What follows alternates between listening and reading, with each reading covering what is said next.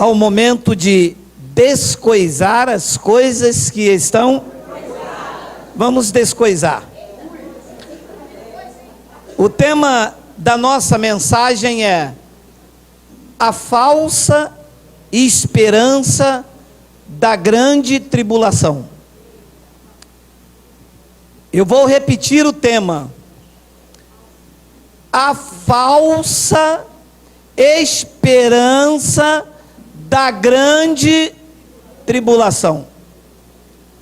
Antes de abrirmos o versículo, eu quero deixar bem claro que este é um tema bastante complexo, mas o meu desejo é trazer luz sobre este assunto, ainda que alguns pontos será necessário mais profundidade, o que nós faremos de outra vez, por conta da complexidade deste assunto. Vamos ao tema, ao texto. Mateus, capítulo de número 24, versículo, coloca o versículo 19, por favor, Miguel.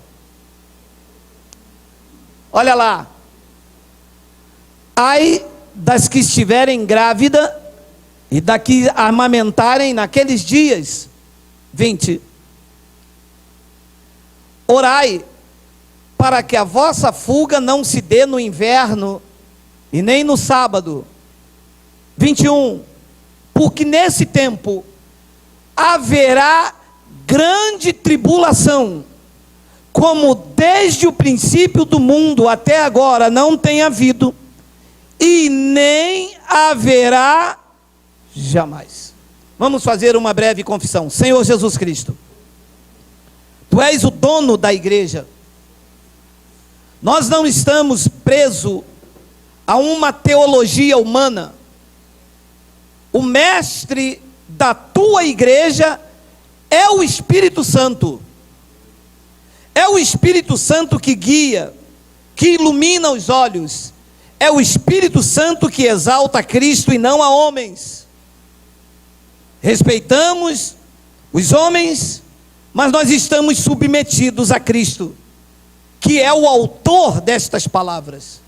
E por isso, nós vamos andar, submeter ao que Cristo diz na sua palavra. Eu te peço uma vez mais, que Tu me uses, porque eu vou usar a sua palavra. E todo o povo aqui reunido diga amém.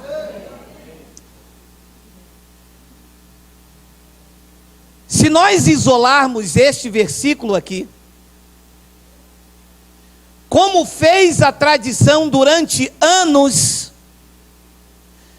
se isolar este versículo, dá-se entender que nós vamos passar pela grande tribulação, porque o versículo está falando que haverá uma grande tribulação.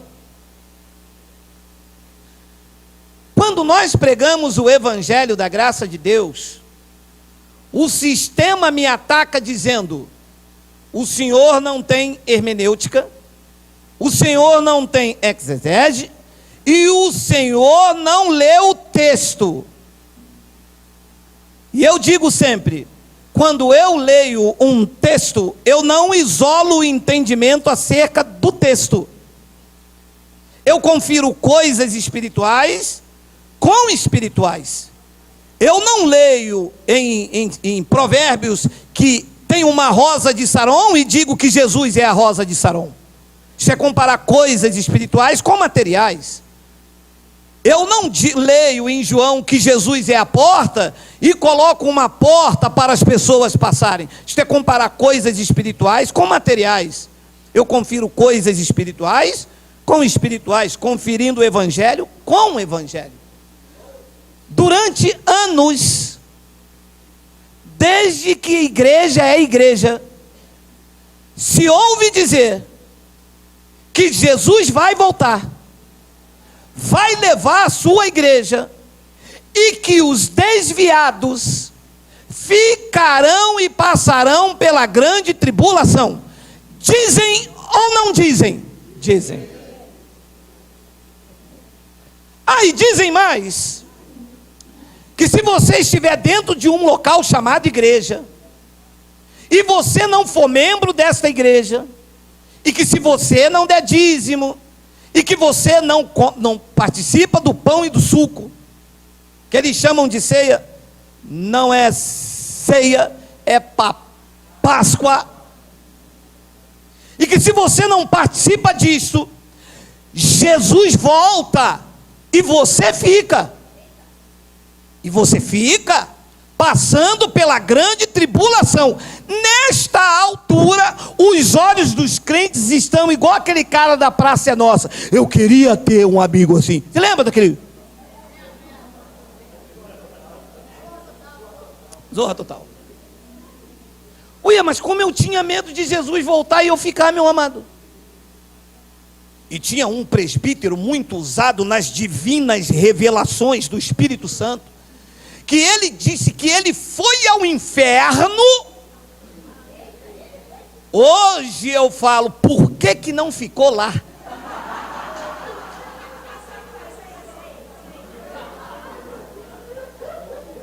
E que ele viu a alma dos desviados que saíram da igreja quando Jesus voltou na grande tribulação. E ele usava este versículo,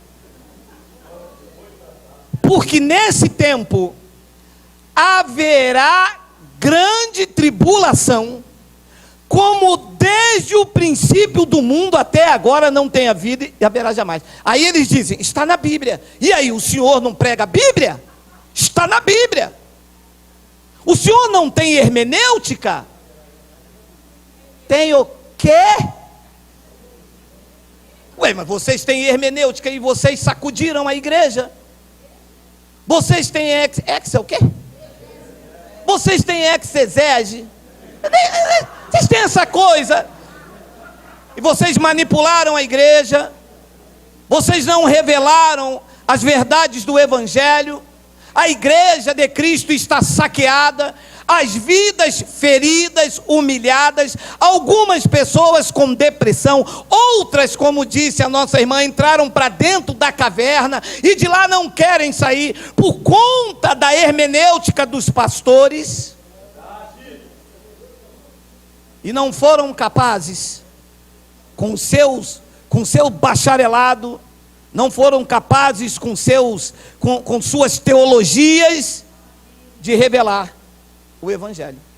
Então, se eu isolar esse texto aqui e eu aplico em você, eu digo, vai haver uma grande tribulação, e quem estiver desviado fora da igreja, vai vir um gafanhoto, vai vir uma mulher para lutar com uma serpente no vale do Armagedão e vocês vão morrer. E quem sai da igreja, meu amado, e quem sai da igreja? E o pastor é adúltero, o pastor rouba, o pastor trai a mulher com a missionária X, a cantora gospel é presa dentro do hotel. E quem é que sai da igreja? Ninguém. E o que se fala então? O que se fala com medo da batalha do Armagedon? É problema dele com Deus. A quem muito é dado, a muito será cobrado.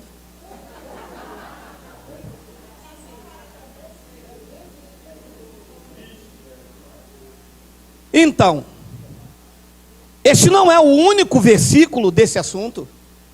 Isto tem um texto e tem um contexto. Então vamos ao início disso aqui. Mateus capítulo 24, versículo de número 1 ao 9. Tendo Jesus saído do templo, o contexto do assunto lá, tá? Tendo Jesus saído do templo, ia se retirando, quando se aproximaram dele os seus discípulos para lhe mostrar as construções do templo. Eles estavam diante do templo, lá em Jerusalém. 2. Ele, porém, lhes disse: não vede tudo isto? Em verdade vos digo, que não ficará aqui pedra sobre pedra que não seja derribada. Jesus disse: vocês estão vendo este templo suntuoso? Isto não vai ficar pedra sobre pedra. Isto vai acabar. Claro que os homens estão reedificando o templo de parede. Isso aqui não é templo. Isso é um local que nós nos reunimos. Poderíamos reunir na rua, na chuva, na fazenda, ou numa casinha.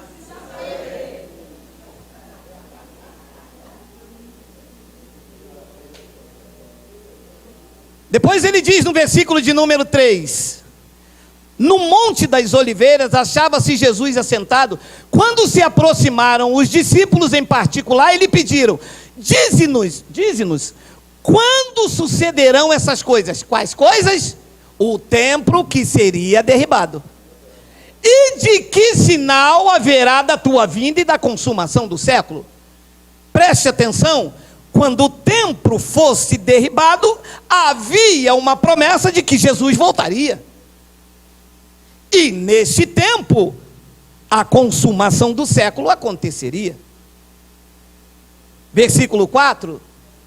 E ele lhes respondeu: vede que ninguém vos engane. Ele vai dizer então quando o templo ia cair e quando seria o sinal da sua vinda. Diz então no versículo de número 5: porque virão muitos em meu nome, dizendo: eu sou o Cristo, e enganarão a muitos. 6. E certamente ouvireis falar de guerras, rumores de guerra. Vede, não vos assusteis, porque é necessário assim acontecer, mas ainda não é o fim. Vocês estão lendo? O que os pastores pregam? Que isso aqui é para esse tempo. Meu irmão, Jesus está à porta.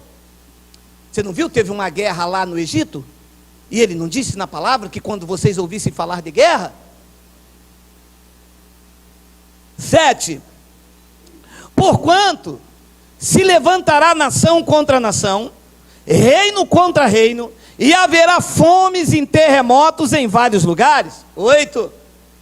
Porém tudo isto é o princípio das dores. 9. Então sereis atribulado e vos matarão, sereis odiado de todas as nações, por causa do meu nome. Então Jesus estava dizendo, antes da vinda dele, antes da queda do templo lá em Jerusalém, esses eventos deveriam acontecer, porque a pergunta e a ideia foi estabelecida sobre a suntuosidade do templo lá em Jerusalém. O argumento começou dali. Ele perguntou: vocês não estão vendo esse templo? Isso não vai ficar pedra sobre pedra. E os discípulos perguntaram: quando então essas coisas vão acontecer? Quais os sinais da sua vinda? E ele está relatando. No versículo 29, então, eu estou pulando porque já há mais de 15 dias que nós estamos já meditando sobre isso. Versículo 29, ele disse: logo em seguida a tribulação daqueles dias, o sol escurecerá, a lua não dará a sua claridade, as estrelas cairão do firmamento e os poderes dos céus serão abalados. Olha aqui, eu estava conversando comigo mesmo. Você já viu quando Deus fala com você mesmo? Aonde estavam os teólogos que não explicaram isto aqui, o povo, hein? Porque na nossa mente, guiada pelo sistema, pela teologia, a gente acha que quando Jesus vai voltar, essas estrelas aí vão cair, porque fomos ensinados a ler tudo literalmente. A gente acha que a lua ia desfazer, e como eu falei isso por causa daquele presbítero que foi e voltou. Amados, hoje nós não vamos explicar isso por conta da enxurrada de versículos. Mas Jesus estava usando uma linguagem de figura. Lembra quando Deus disse a José que as estrelas, o sol e a lua iria se curvar perante ele? Quem era o sol e a lua que se rendeu diante de José? Os governantes, os pais, as autoridades. Quando Jesus disse que antes do templo, depois da tribulação, o sol iria se escurecer, a lua não daria a claridade, as estrelas cairão do firmamento e os poderes dos céus serão abalados, é porque quando Roma invadisse Jerusalém, os poderes de Israel seriam abalados. As estruturas de Israel seriam abaladas. Mas os teólogos não tiveram tempo de nos apresentar isso, porque eles se preocuparam mais em campanha do óleo de Israel, culto de libertação, o óleo do armazém do seu Joaquim, do seu Manuel, e isso aqui ficou como medo, e as pessoas estão esperando aí as estrelas caírem. Olha, quando Jesus voltar, as estrelas vão cair. Está lá na palavra. Não falaremos nisso por enquanto. Mas vamos ler o versículo 30. Então, tudo isto com a queda do templo. Então, aparecerá no céu o sinal do Filho do Homem. Todos os povos da terra se lamentarão e verão o Filho do Homem vindo nos céus, vindo sobre as nuvens do céu, com poder e muita glória. 31, ele enviará os seus anjos com grande clangor de trombeta, os quais reunirão os seus escolhidos dos quatro ventos, de uma extremidade dos céus, de uma a outra. Aprendei, pois, a parábola da figueira. Quando já os seus ramos se renovam e as folhas brotam, sabeis que está próximo o verão. 33, assim também vós. Vós quem que ele está falando? Falou com você? Estava falando com quem? Com os discípulos no Monte das Oliveiras. Ele disse para os discípulos: vocês vão ver isto. Assim, quando vós verdes. Ele não disse: a minha igreja no final dos séculos vai ver. Ou eles estão vivos para ver.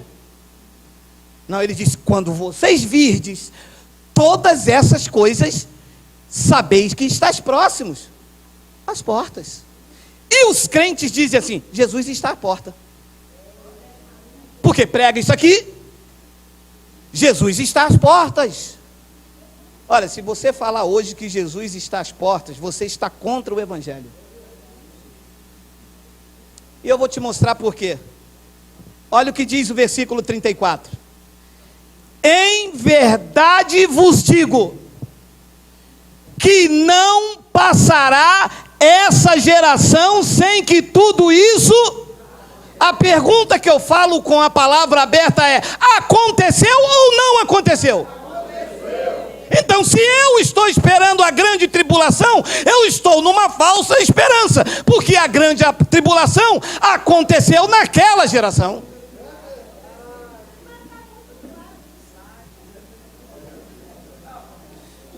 E o Senhor descobre isso como? Lendo. Perdão, soletrando.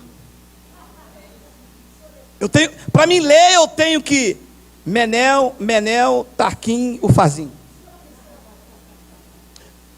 Olha, meu amado, isso para mim está muito claro. Está falando a respeito da grande tribulação, está falando a respeito da queda do templo, e está falando também da sua volta sobre as nuvens. Jesus voltou naquela geração. Quanto tempo dura uma geração? 70 a 75. No máximo 75. Jesus aqui estava mais ou menos com 30 anos. E ele disse: vocês vão ver.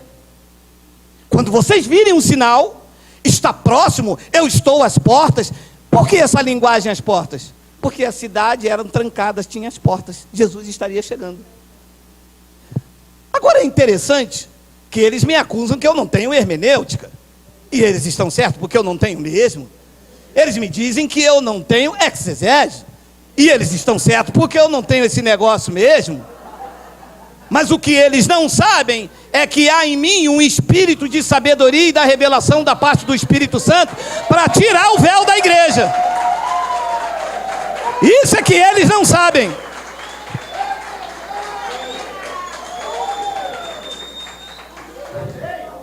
E a igreja aí esperando a grande tribulação. Jesus disse: não, isso não vai acontecer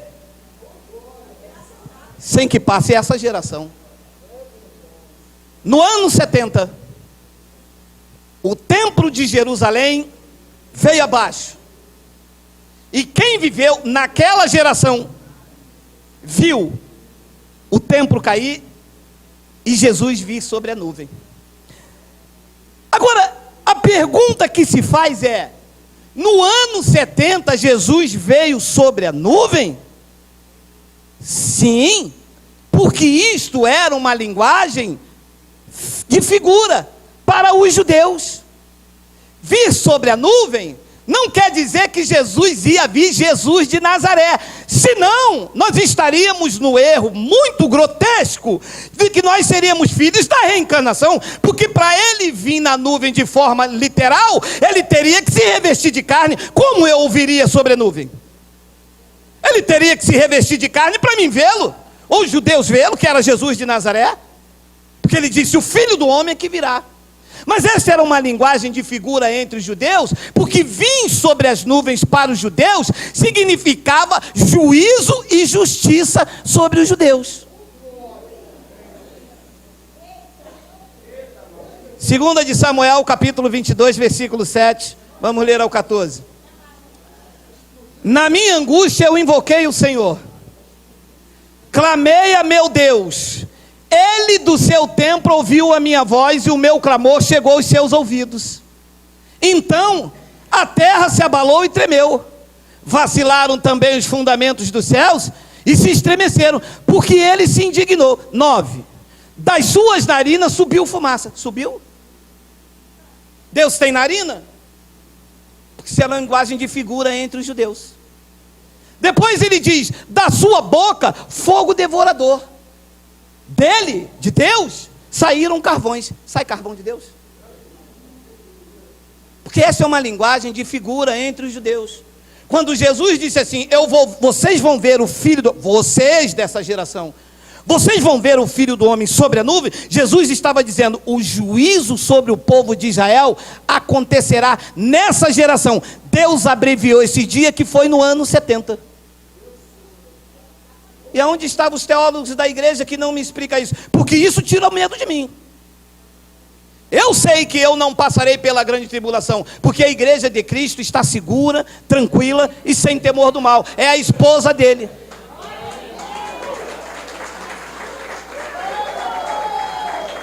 Então olha, e Davi continua na sua linguagem com Deus. Olha lá: baixou ele os céus.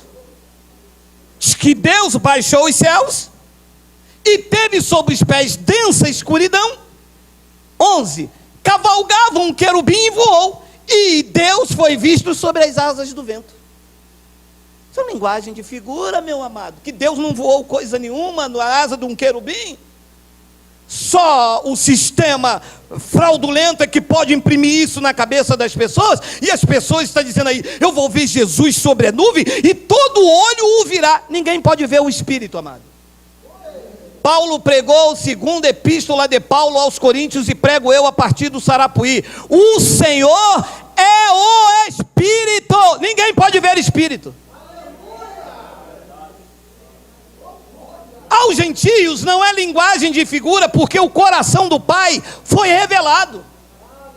Ele não fala mais por meio de parábolas, por meio de simbologias, por meio de uma linguagem figurativa. Paulo disse que nós temos trombeta clara, a revelação está completa, o coração do Pai foi revelado, nós entendemos tudo. Sem mistério, sem terror, sem boitatá, sem curupira, sem coisa ruim, sem nada. Não adianta botar medo, meu amado, não adianta botar, na igreja de Cristo não bota, eles botam medo na igreja do homem. E a igreja está aí acuada, numa falsa esperança da grande tribulação. Jesus disse: isto vai acontecer naquela geração. Ele não disse nesta, porque ele não estava aqui no Monte das Oliveiras. Ele falou naquela. Então Davi continua na sua linguagem para completar o raciocínio, versículo 2. Por pavilhão pôs os pés ao redor de si, trevas e ajuntamento de águas e nuvens do céu. 13. Do resplendor que diante dele havia, brasas de fogo se acenderam. 14. Trovejou o Senhor desde os céus, o Altíssimo levantou a sua voz. Depois ele diz no Salmos 97, 1 e 2, ainda numa linguagem de figura que significa vir sobre as nuvens, ele diz: reina o Senhor, regozija-se a terra, alegre-se as muitas ilhas. 2. Nuvem e escuridão rodeiam. Então, quando ele via sobre a nuvem e escuridão, para os judeus significava: justiça e juízo são a base do seu trono.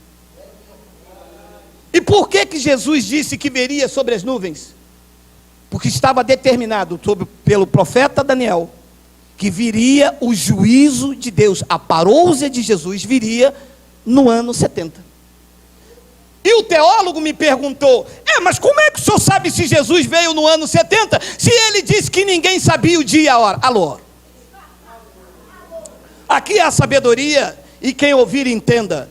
Uma mulher está grávida de 9 meses, ela sabe que em 9 meses ela vai dar filho, correto? Correto. Ela sabe que é em 9 meses? Sabe, mas ela não sabe nem o dia e nem a hora. Jesus disse: eu vou vir nesta geração. Foi no ano 70 que ele abreviou. Ele só não sabia o dia e nem a hora. Ora, nós estamos em 2018. Eu posso fazer um churrasco para você em 2019, mas eu não sei nem o dia e nem a hora. Mas 2019 é janeiro, é fevereiro, é março, é abril, é maio, junho.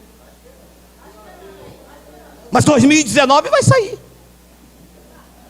Então, quando se falava em Israel sobre nuvens e escuridão, se esperava o quê? O juízo de Deus, que o profeta Daniel profetizou. Ele disse que 70 semanas estavam determinados para o seu povo. Então, não entender isto aqui é pegar aquela passagem e aplicar no povo. E o povo está hoje esperando Jesus vir sobre as nuvens. Agora olha que passagem tremenda de Mateus capítulo 26, versículo 59. Meu amado, eu acho que você nunca leu isso. Sabe por quê? Porque a igreja nessa hora está dizendo assim: levanta o chaveiro aí da chave da casa própria, estende as mãos para o ato profético. Ora, os principais sacerdotes e todo o sinédrio procuravam algum testemunho falso contra Jesus a fim de condenarem à morte. 60. E não acharam. Apesar de se terem apresentado muitas testemunhas falsas, mas afinal compareceram 2, afirmando: este disse: eu posso destruir o santuário de Deus e reedificá-lo em 3 dias. 62. E levantando-se o sumo sacerdote, perguntou a Jesus: nada responde ao que este dispõe contra ti? 63. Jesus, porém, guardou silêncio. E o sumo sacerdote lhe disse: eu te conjuro pelo Deus vivo, que nos diga se tu és o Cristo, o Filho de Deus. 64. Respondeu-lhe Jesus: tu disseste. Eu vos declaro que desde agora vereis o Filho do Homem sentado à direita do Todo-Poderoso e vindo sobre as nuvens do céu. Disse a quem? A conversa está rolando com a igreja ou com o sumo sacerdote? Jesus disse que o sumo sacerdote viria a ele vir sobre a nuvem? A pergunta que eu faço é: o sumo sacerdote está vivo esperando ele vir sobre as nuvens? Ou o sumo sacerdote viu no ano 70? Viu no ano 70.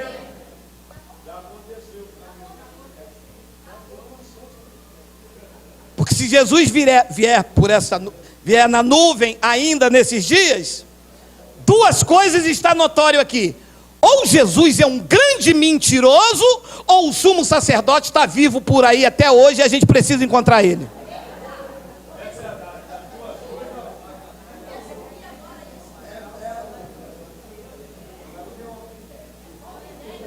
Pegou aí com a mente de Cristo? Pegou aí? Respondeu-lhe Jesus: tu disseste. Está conversando com o sumo sacerdote. Não está falando com o apóstolo, não está falando com o bispo, não está falando com Paulo, com a igreja. A conversa é entre o sumo sacerdote. Tu disseste. Entretanto eu vos declaro que desde agora vereis o Filho do Homem assentado à direita do Todo-Poderoso e vindo as nuvens do céu. Nuvens do céu significavam o quê? Juízo e justiça. O sumo sacerdote sabia do que estava se tratando, sabia, era sumo sacerdote em Israel. Qual foi a reação dele? Versículo 65. Então o sumo sacerdote rasgou as suas vestes. Então, se tu vai vir sobre as nuvens, tu vai trazer juízo e justiça, então tu é Deus, porque eu sei a linguagem que você está falando sobre mim. O sumo sacerdote rasgou as suas vestes, dizendo: blasfemou. Que necessidade mais temos de testemunha? Eis que eu viste agora, blasfêmia. O sumo sacerdote estava entendendo a linguagem de Jesus. O sumo sacerdote não estava entendendo como os crentes pentecostais que acham que Jesus vai se revestir de carne, vai vir numa nuvem, sabe? O sumo sacerdote diz: não, o que você está querendo dizer é que tu vai trazer juízo e justiça sobre as nossas vidas. Rasgou a sua veste e disse: você está blasfemando, porque juízo e justiça sobre nuvem, só quem pode vir é Deus. E eles viam Jesus como um mero mortal.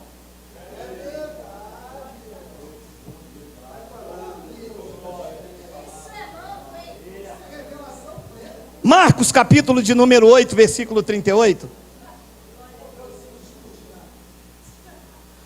Porque qualquer que nas próximas gerações, agora, nesta geração, é esta geração que eu estou vivendo? Ou naquela em que ele está vivo lá com quase 30 anos? Naquela. Qualquer que nesta geração adúltera e pecaminosa e pecadora se envergonhar de mim, das minhas palavras, também o Filho do Homem se envergonhará dele quando vier na glória do seu Pai com os seus santos anjos. Aí, ele vai vir. Leu 39. Dizia-lhes ainda: em verdade vos afirmo, dos que aqui se encontram, é aí mesmo, 9:1, é isso aí mesmo. Dizia-lhes ainda: em verdade vos afirmo, que dos aqui se encontram, alguns há, que de maneira nenhuma passarão pela morte, até que venham ter chegado com poder o reino de Deus. A pergunta que é: Jesus já veio? Ou eles estão vivos aqui esperando Jesus voltar? A não ser que eles sejam algum daqueles que a gente passa por aí dizendo: Jesus está voltando. Uns são mais espirituais. O rei está voltando. Aleluia. Ele voltou. Ele disse do que estavam lá com ele: de nenhuma maneira passariam pela morte até que ele houvesse voltado. Eu vou lhe dizer uma coisa: alguns naquela época não morreram mesmo, alguns foram preservados mesmo. Dos que estavam lá vivendo naquela geração, Paulo, Pedro, Tiago, João, alguns, porque ele não pode mentir, alguns foram preservados com vida. Olha o que diz João 21:18. João: em verdade te digo, estava falando com Pedro, quando tu eras mais moço, tu te cingia a ti mesmo, e andava por onde querias. Quando porém fores velhos, entenderás as mãos, e outro te cingirá e te levará para onde não queres. 19. Disse isto para significar com que gênero de morte Pedro havia de glorificar a Deus. Depois de assim falar, acrescentou-lhe: segue-me. 20. Então Pedro, voltando-se, viu que também o ia seguindo o discípulo a quem Jesus amava, o qual na ceia se reclinava sobre o peito de Jesus e perguntara: Senhor, quem é o traidor? Quem era o discípulo que Jesus amava? A escola bíblica dominical pelo menos nos ensinou isso. O discípulo a quem Jesus amava era João. Quando Jesus chamou Pedro, Pedro começou a seguir Jesus, já após a ressurreição.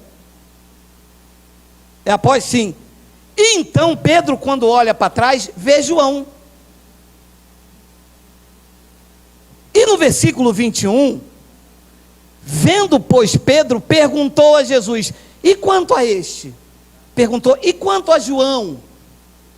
22, respondeu-lhe Jesus: se eu quero que ele permaneça até que eu venha, que te importa? Quanto a ti, segue-me.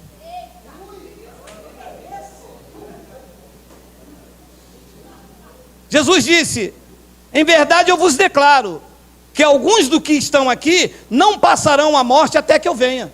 Depois ele disse: Pedro, me segue. Pedro disse: e quanto a João? E quanto a este? Ele falou assim: se eu quero que ele fique até que eu venha, o que te importa, Pedro? Você vem e me segue. Dos que ficaram vivos, dessa turma toda, João foi o único que viu o juízo e a justiça de Deus lá no ano 70. Sabe o que Jesus fez com João? Porque ele o amava. Permitiu que na perseguição do imperador Nero, ele fosse preso na ilha de Patmos. O resto do mundo de então, Roma invadiu, Nero decapitou Paulo. Paulo não viu. Pedro foi crucificado de cabeça para baixo, também não viu. Mas João foi preservado na ilha de Patmos, viu e testemunhou quando escreveu o Apocalipse para o acontecimento do ano 70. Está claro? Está resolvido? Está dando glória a Deus.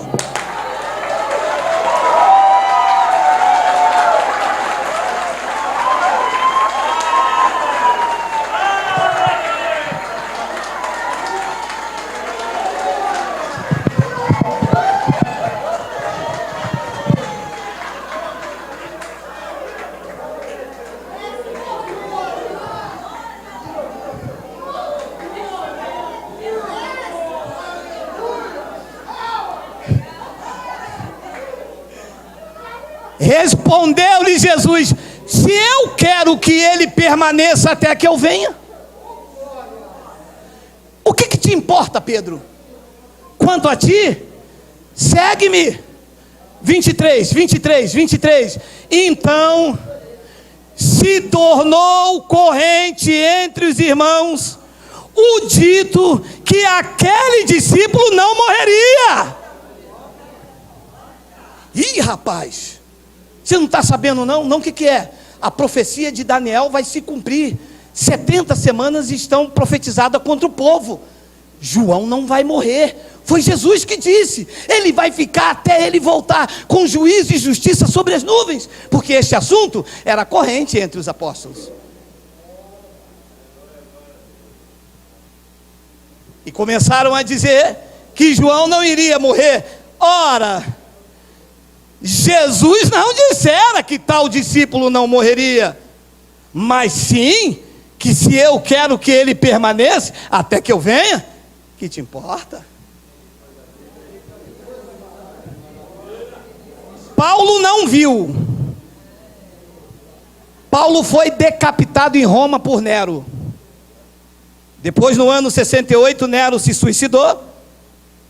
Quem assumiu foi o imperador Vespasiano e o seu filho, general Tito, e invadiu Jerusalém. Pedro também não viu. Foi crucificado de cabeça para baixo. Paulo até pensou que iria ver.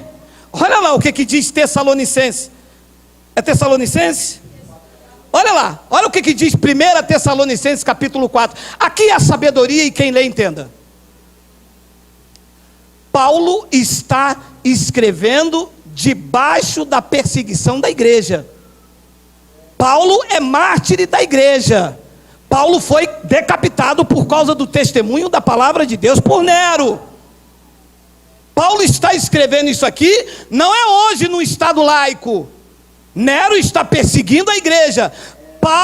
Saulo foi Nero dos discípulos, perseguia o chamado do caminho. Nero perseguiu a igreja. Paulo, quando escreve isso aqui, está debaixo da promessa de que Jesus iria voltar no ano 70.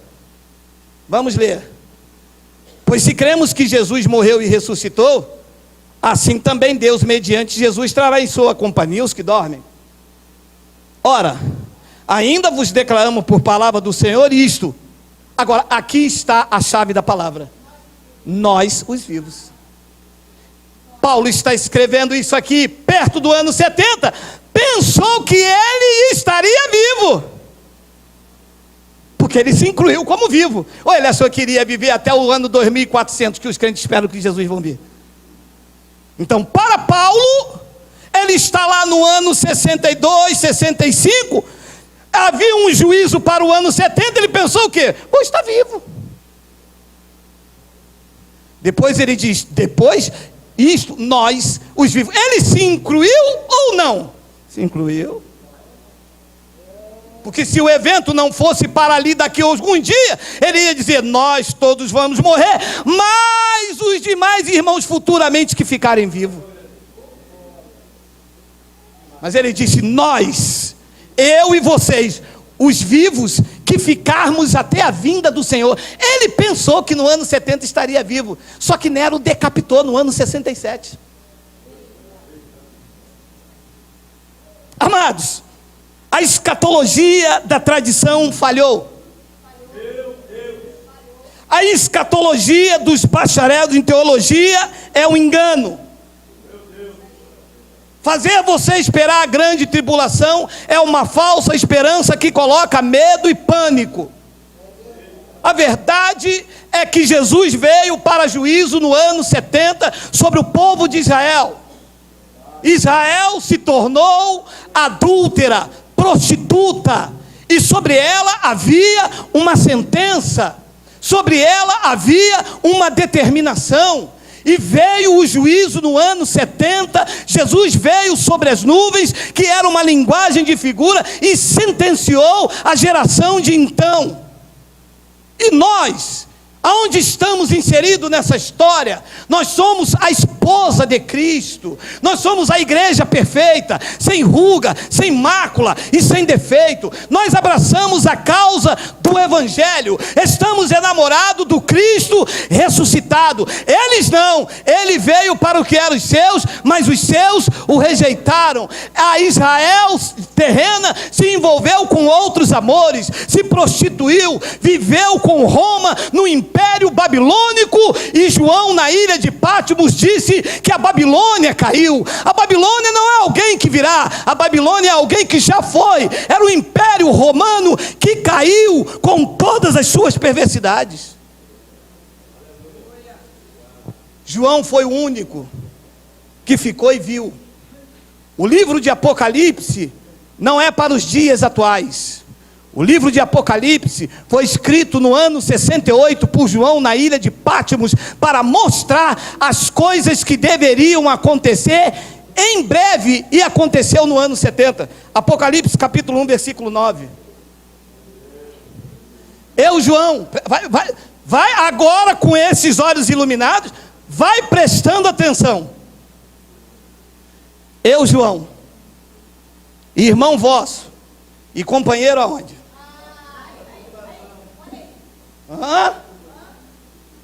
A tribulação estava acontecendo? Sim. E João era participante? Sim, ele ficou para ver. Jesus disse, eu quero que ele fique até que eu venha. Como é que aplica o Apocalipse para mim? Estamos em tribulação? Quem está em tribulação é quem está no sistema, atribulado. Você conhece algum pastor atribulado? Cabra rim? Muitos. Eu, João, vosso companheiro na tribulação, no reino e na perseverança em Jesus, achei-me na ilha chamada Patmos, por causa da palavra de Deus e do testemunho de Jesus. Qual foi o testemunho que Jesus disse? Que ele ficaria. Versículo 10, achei-me em espírito no dia do Senhor. A pergunta que eu faço é, qual era o dia do Senhor para os judeus? Sábado. O que os teólogos falam? O dia do Senhor é domingo.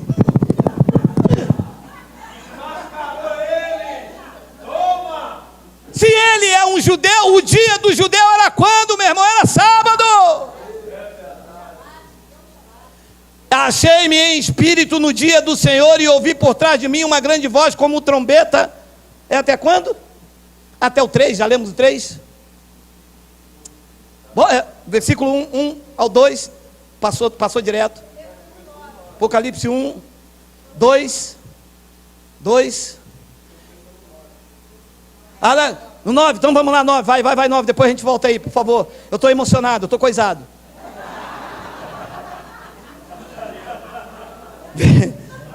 11, dizendo, eu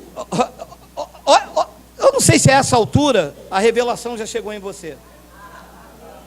O que vês, o anjo disse a João, o que vês escreve em livro e manda para as 7 igrejas, França, Canadá, Chile.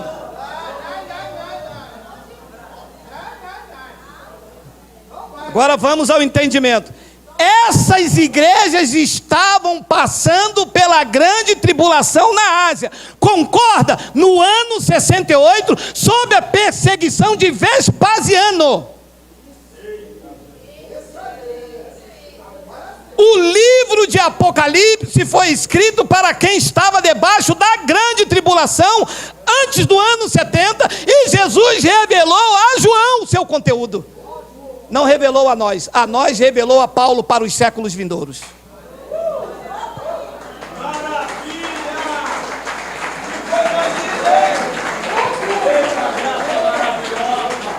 Apocalipse 22, versículos 6 e 7, por causa do horário, Wagner. Olha o que João disse no final do que ele mostrou para o ano 70. Disse-me ainda: estas palavras são fiéis e verdadeiras. O Senhor, o Deus dos espíritos dos profetas, enviou o seu anjo para mostrar aos seus servos as coisas que vão demorar. As coisas que vai acontecer quando? Em breve. Dura séculos ou em breve é em breve? Vamos raciocinar junto. Ele está preso na ilha de Patmos no ano 68. Ao ano 70 dura séculos ou está pertinho? Diga aí, pertinho.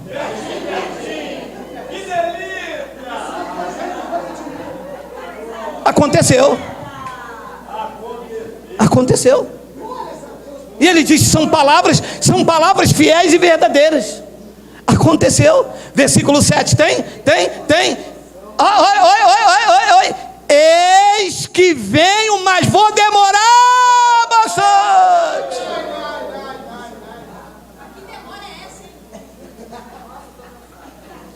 Você sabe quantos crentes ficaram morrendo, olhando para o céu?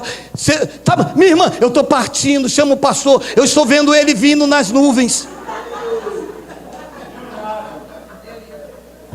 Vamos ler. Eis que venho sem demora. Bem-aventurado quem guarda as palavras deste livro, porque foi um livro escrito para o acontecimento do ano 70. Não é que Apocalipse é uma mentira, é que é uma verdade para quem viveu naquela geração. A pergunta que me fizeram é: ora, se Jesus veio no ano 70, e o Senhor comprovou isso aí, mas como é que havia uma profecia que antes de Jesus vir, Elias viria?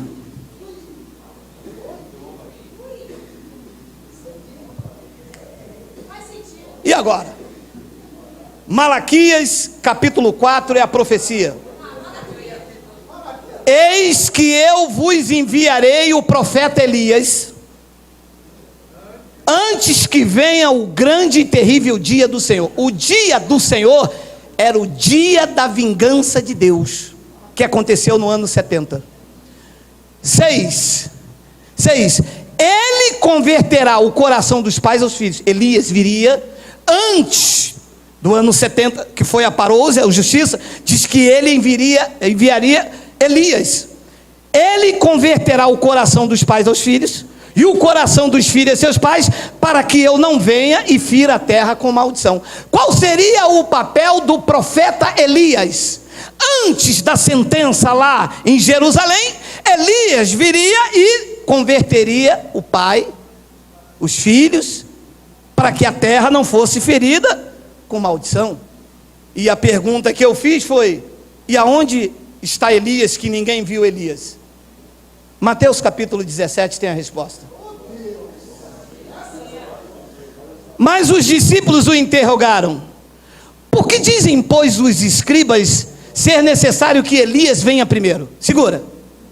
Então todo o povo de Israel sabia: vai vir uma sentença sobre o povo de Israel no ano 70, só que antes disso acontecer, Elias viria primeiro para restaurar todas as coisas. Os escribas que escreviam, os fariseus que seguiam a lei, estavam esperando o profeta Elias chegar. Depois que o profeta Elias chegasse, eles sabiam: o fim para aquela geração estaria próximo. Mas os discípulos interrogaram: por que dizem, pois, os escribas ser necessário que Elias venha primeiro? 11. Então Jesus respondeu: de fato, Elias virá e restaurará todas as coisas. 12. Eu, porém, vos declaro que Elias e não o reconheceram. Antes fizeram com ele tudo quanto quiseram, assim também o Filho do Homem é de padecer na mão deles. 13. Então os discípulos entenderam que lhe falaram a respeito de Elias era quem? Mas eles não entenderam, eles tinham véu.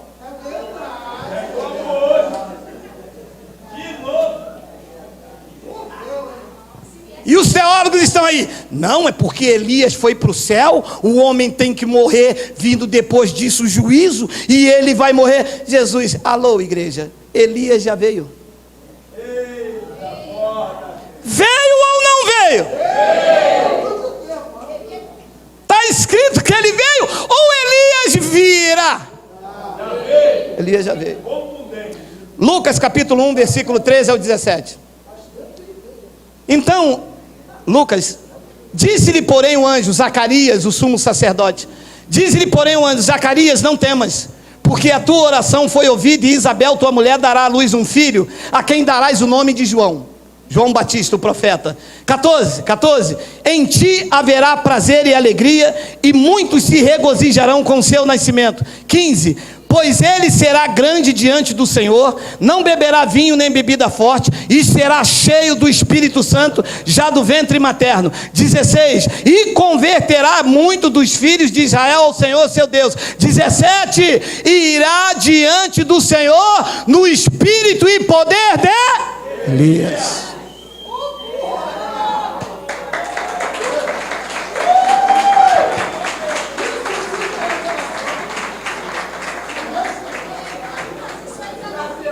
E o Senhor descobre isso como? Coisando. Não passaremos pela grande tribulação? Não há tribulação para os gentios. Os gentios estão reinando em vida e estão perfeita vitória. Diga Abba!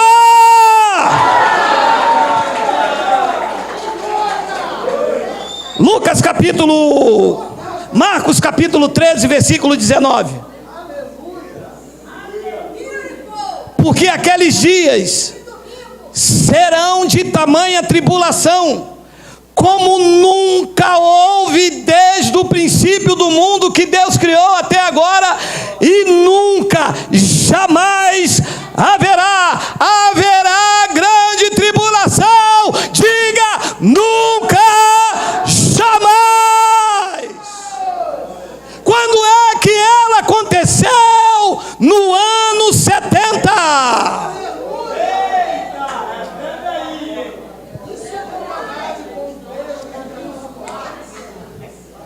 Geraldo lindo de Jesus, que foi à queda, foi ao chão, acudiu teus cavaleiros e todos eles deu a mão. Responda uma pergunta.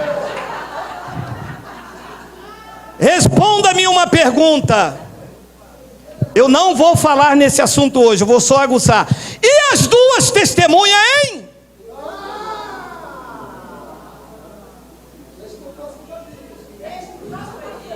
Abre parênteses. Israel se tornou uma mulher prostituta, segundo a lei de Moisés em Deuteronômio, para apedrejar e matar uma mulher era preciso duas. A primeira testemunha era a igreja perseguida. A segunda testemunha eram os mártires da grande perseguição.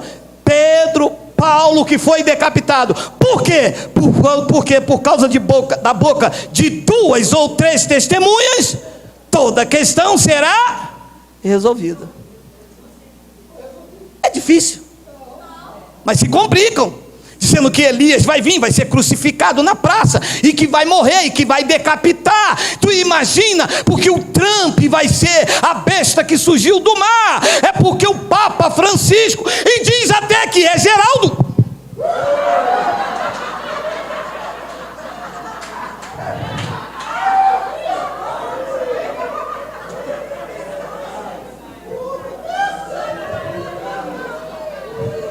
Diz que Geraldo é a besta.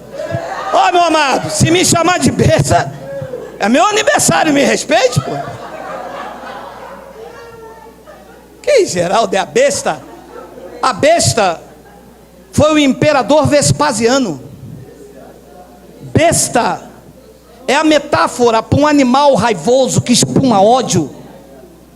O imperador Vespasiano, quando tomou a cidade de Jerusalém e o templo pegou fogo através de um acidente, Vespasiano mandou recolher todos os denários, todas as moedas da época, e mandou cunhar uma moeda comemorativa. Atrás ele botou uma judia sentada com a inscrição Capite a Judéia, e na frente da outra moeda ele botou o seu retrato, e obrigou a todo mundo naquela época, ninguém comprar e vender, se não tivesse a moeda de Vespasiano na sua mão, e alguns tinham que estar laureado na sua testa. João, porque não podia falar claramente, disse: é a marca de um homem, é a besta, e ninguém pode comprar e vender. Os teólogos mentiram para a igreja durante séculos, dizendo que iam botar chip, ignorante no primeiro século, dizendo que ia botar chip. O mundo sem chip é um mundo quebrado. Hoje a tecnologia está a serviço de nós. Essa mensagem vai atingir Roma, Espanha, Canadá, Suécia, vai entrar dentro do sistema,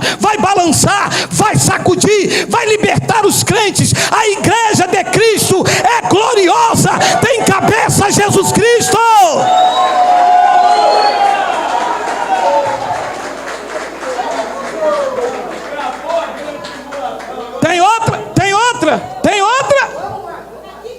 Tem outra tribulação. Ele disse: não, a tribulação é para esta geração, e ele disse que Deus criou até agora e nunca, jamais haverá. A igreja de Cristo está livre.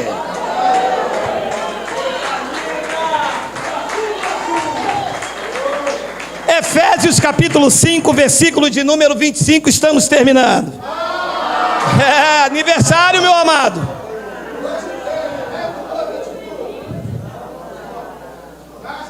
Maridos, amai vossa mulher, como também Cristo amou a igreja e a si mesmo se entregou por ela. 26, para que a santificasse, tendo-a purificado por meio da lavagem de água do rio Guandu.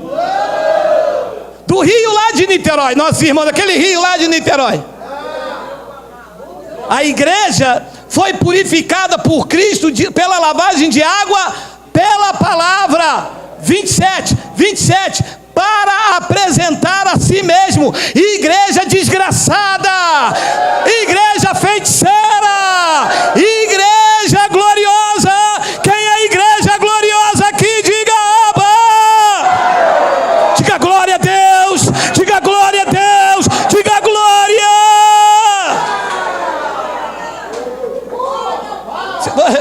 Você sabe o que é uma igreja gloriosa?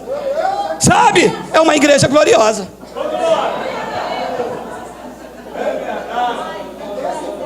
É uma igreja vencedora. É uma igreja que anda no Espírito. É uma igreja que tem convicções fortes. É uma igreja em que o cabeça não é o pastor presidente. É uma igreja que o cabeça não é o chefe da convenção. É uma igreja em quem a domina e quem a instrui não é o professor da escola dominical. A igreja gloriosa tem por cabeça Jesus Cristo, Rei de reis, Senhor absoluto dos senhores. Ela está triunfante, ela está reinando em vida. A igreja está em perfeita vitória.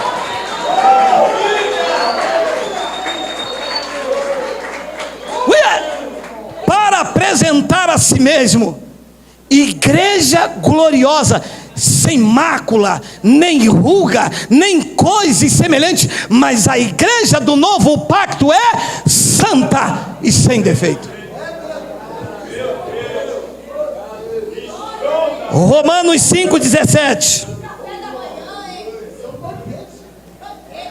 Se pela ofensa de um e por meio de um só reinou a morte, muito mais os que recebem a abundância da graça e o dom da justiça vão passar pela grande tribulação. Vai lutar com a besta, vai lutar com a besta, vai lutar com coisa ruim, com 7 flechas. Não dá.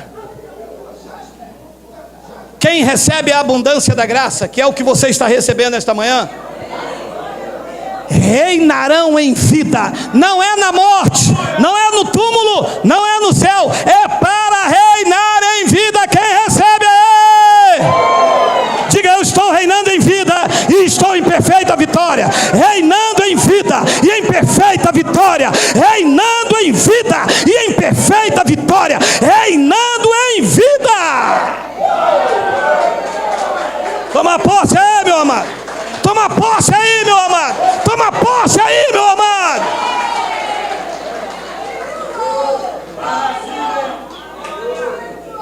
Disseram que tu eras miserável, que Jesus ia voltar e você ia ficar. E disseram que você estava desviado, que você tinha que entrar para dentro da igreja, comer pão puma, beber suco pérgola. Sai de ré.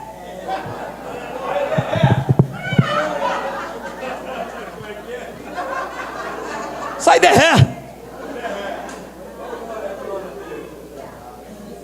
Quem recebe a abundância da graça, diz a revelação do Evangelho, está reinando em vida. Do ano 70 para cá, foi estabelecido o reino de Cristo, e a palavra não é mais a lei. Definitivamente no ano 70, o templo caiu, acabou definitivamente a era das trevas, acabou definitivamente o templo, acabou definitivamente o sacerdócio, e foi estabelecido o reino de Cristo, e nós somos a sua esposa, reinando em vida e em perfeita vitória.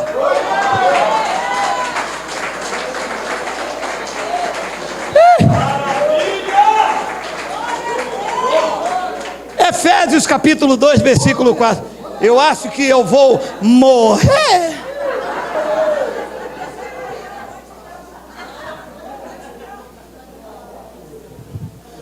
Mas Deus, sendo rico em misericórdia, Ele nos tirou, amado. Ele preservou a igreja do novo pacto. Os judeus escarneceram dele, humilharam ele. O dono da vida estava morrendo na mão dos judeus. Aquele que cura estava sendo ferido. Aquele que liberta o preso diante de Pilatos, o governador de toda a terra sendo humilhado pelo governador humano. Mas aquilo não ficaria assim. Ele disse: eu vou vir sobre as nuvens, isto é, juízo e justiça, que são a base do meu trono. Alguns não vão morrer até que eu volte, virão, serão testemunha, alguns serão mártires, outros sofrerão perseguições, entrariam nas sinagogas. Mas a igreja do novo pacto, que estará debaixo do manto da graça de Deus, eu serei rico em misericórdia, por causa do grande amor com que nos amou. Pois ele diz no versículo 5: e estando nós mortos em nossos delitos, Ele nos deu vida juntamente com Cristo. Pela graça sois salvos. E depois ele diz no versículo 6: e juntamente com Ele nos ressuscitou e nos fez assentar nos lugares celestiais em Cristo Jesus. A pergunta que eu faço é: a posição da igreja, que somos nós, não é a parede, a posição da igreja é onde? Assentado com Cristo. E como eu passaria por uma grande tribulação se a minha posição é assentado com Ele nos lugares celestiais? A minha posição nesta terra é de assentado. Assentado é estabelecido. Espiritualmente nós estamos estabelecidos no trono da graça de Deus, reinando em vida e em perfeita vitória. E no 7, para mostrar naquela geração, no ano 70, agora Paulo aponta para nós. Agora é para quem não, agora já não é mais naquela geração. Agora é graça, agora é evangelho do reino, agora é poder de Deus em nós, agora é trombeta clara, agora é um pacto de confissão. Agora ele diz, nos séculos vindouros, de Paulo para cá passou quantos séculos? 20. Nos séculos vindouros, ele está mostrando a suprema riqueza da sua graça. Você recebe suprema riqueza? Você recebe? Você recebe?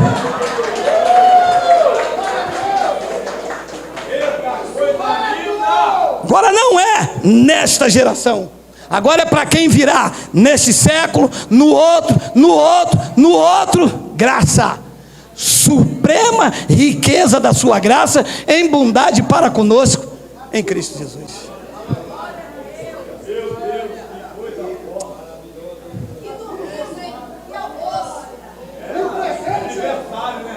A hora. Eu vou ler só esse versículo, vamos lá. Aí eu morro aqui. Efésios capítulo 1. Olha que palavra linda. Iluminado os olhos do vosso coração, para saberdes qual é a esperança do seu chamamento, qual a riqueza da glória da sua herança nos santos. 19. E qual a suprema grandeza do seu poder para com que cremos, segundo a eficácia da força do seu poder. 20. O qual exerceu ele em Cristo, ressuscitando dentre os mortos, fazendo sentar à sua direita nos lugares celestiais, acima de todo principado e potestade e poder e domínio, e de todo nome que se possa referir, não só no presente século, mas também no vindouro. 22. Olha que coisa é isso aqui, meu amado. Olha que coisa é esta palavra. Diz que ele pôs todas as coisas debaixo dos pés, e para ser o cabeça sobre todas as coisas, ele pegou tudo que está debaixo do pé dele e deu a quem? Ao Estado Islâmico. E deu ao Donald Trump. Todas as coisas que está debaixo do pé, ele entregou a quem? Quem é a igreja de Cristo aqui? Diga: Abba, Pai, receba tudo que ele colocou debaixo dos teus pés. Receba poder, receba virtude, receba a tua família de volta, receba o teu ministério, receba paz, receba gozo, receba alegria, receba! Diz que ele pegou todas as coisas, colocou debaixo dos teus pés, dos pés dele, e pegou tudo isso e disse: igreja, segura, que tudo é vosso, e vós de Cristo, e Cristo de Deus. E os crentes esperando a grande tribulação. E os crentes esperando a mulher que batalhava contra o serpente e o dragão. E ele dizendo: eu entreguei um poder a vocês, para que eu seja o cabeça da igreja. Eu entreguei o poder a vocês. E olha o que diz o versículo 23. O qual é o seu corpo, a plenitude daquele que a tudo enche em todas as coisas. Meu amado, o poder não está na Coreia, o poder não está no Estado Islâmico, o poder está na igreja de Cristo. Há um poder sobrenatural operando em nós, quando o teu entendimento abre, quando tu descobres que tu és um espírito com o Senhor, quando tu descobres que tu és templo do Espírito Santo, quando tu descobres que da tua boca, confessando em linha com a palavra, você pode todas as coisas, porque é Ele que te fortalece. Você tem direito sim de viver os melhores dias, você tem o direito de desfrutar do melhor. Sabe por quê? Porque tu és herança do Senhor, tu és povo de propriedade exclusiva de Deus. E eu termino com Hebreus 1:3.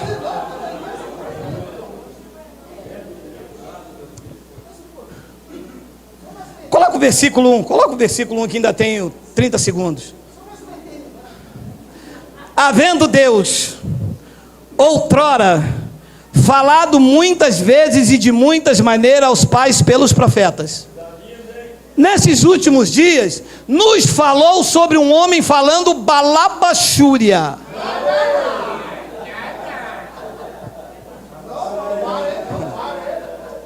Como mais desse reggae não, meu irmão. Povo da Bahia, eu não como mais desse reggae não. Eu entrava num lugar aqui e eu vi um homem aqui falando em língua. Aí o outro traduzia. Deus está falando. Não está falando não, é o espírito do engano. Quem fala em língua não fala homens, fala Deus. Se traduzir o que o homem está falando em língua, tem que traduzir o que ele está falando com Deus, não como se Deus estivesse falando com ele, porque neste pacto Deus nos fala pelo Filho, e o Filho está revelado em Paulo.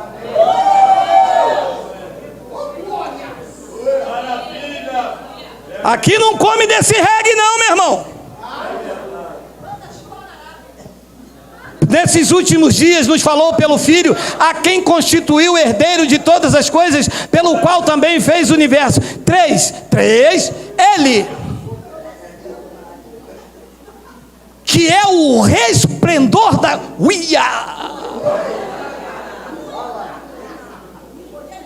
mas o meu espírito se dobra.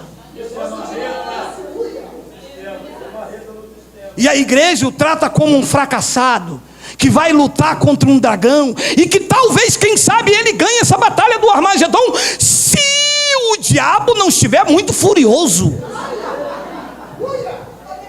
O Espírito da graça diz: Ele é o resplendor da glória, Ele é a expressão exata do seu ser, e Ele sustenta todas as coisas pela palavra do seu poder. Esta mesma palavra que não está longe de ti, está na tua boca, ela está no teu coração. Aonde está a palavra? Aonde está a palavra? Está na tua boca, está na tua boca, está na tua boca, está na tua boca. Recebe a palavra de poder, profetiza, confessa, libera.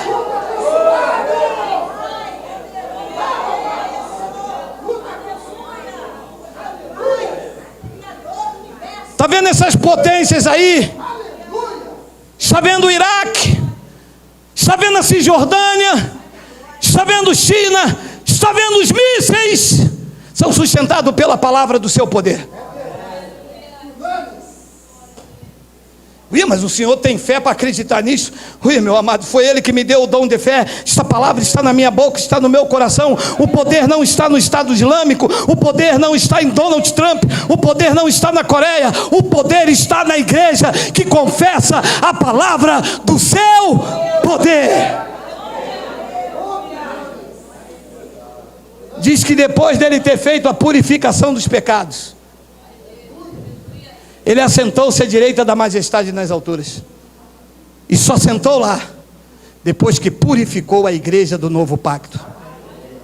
Que depois de ter feito a purificação do pecado, depois de lavar a igreja do novo pacto, depois de deixar você justificado, lavado, selado, revestido de Cristo, salvo, liberto, transformado e uma nova criatura, é que Ele volta para o seu trono e diz: está consumado. A minha igreja está reinando em vida e em perfeita vitória. E se você recebe, diga Abba, diga Abba, diga Abba. ficar de pé.